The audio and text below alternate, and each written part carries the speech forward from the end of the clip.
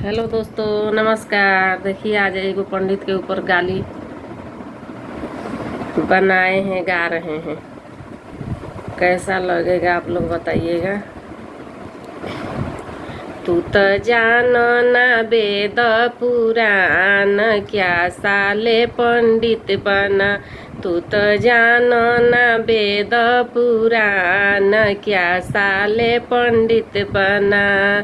पटना में तू डिस्को में नाचहु, पटना में तू डिस्को में नाच।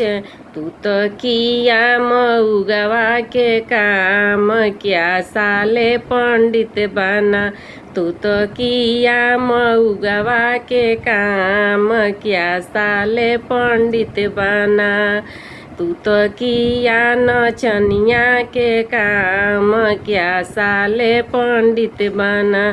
तू तो जानो ना वेद पुराण, क्या साले पंडित बना। तू तो जानो ना वेद पुराण, क्या साले पंडित बना। बनवा में तू भैंसा चराव, बन बन में तू भैंसा चराव। गौआ में तू बैला चराव, गौआ में तू साढ़वा चराव। अरे किया हिरवा के काम, क्या साले पंडित बना। अरे किया हिरवा के काम, क्या साले पंडित बना।